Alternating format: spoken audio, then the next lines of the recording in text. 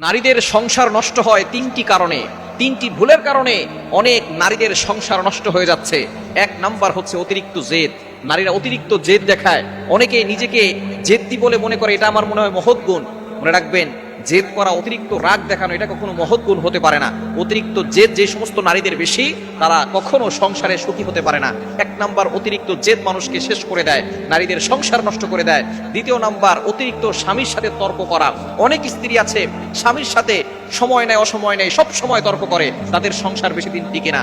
তিন নাম্বার, বাবা মায়ের পরামর্শের কারণে সংসার নষ্ট হয়ে যায়। বিয়ের পরে আপনার স্বামীর কথা বাবা মাকে বলবেন না, এবং বাবা মার পরিবারের কথা আপনার স্বামীর কাছে বলবেন না। বুদ্ধিমান নারীরা কখনো তার বাবা মার কথা স্বামীর কাছে বলে না, স্বামীর কথা বাবা মার কাছে বলে না। স্বামী যদি খারাপও হয়, আল্লাহর কাছে দোয়া করেন। আসিয়া ফিরআউনের সাথে থেকে জান্নাত পেয়েছে, ফিরআউনের মতো জঘন্য তো আপনার স্বামী নয়। সুতরাং স্বামীর সাথে ভালো ব্যবহার করুন, সংসারে সুখ আসবে, শান্তি আসবে।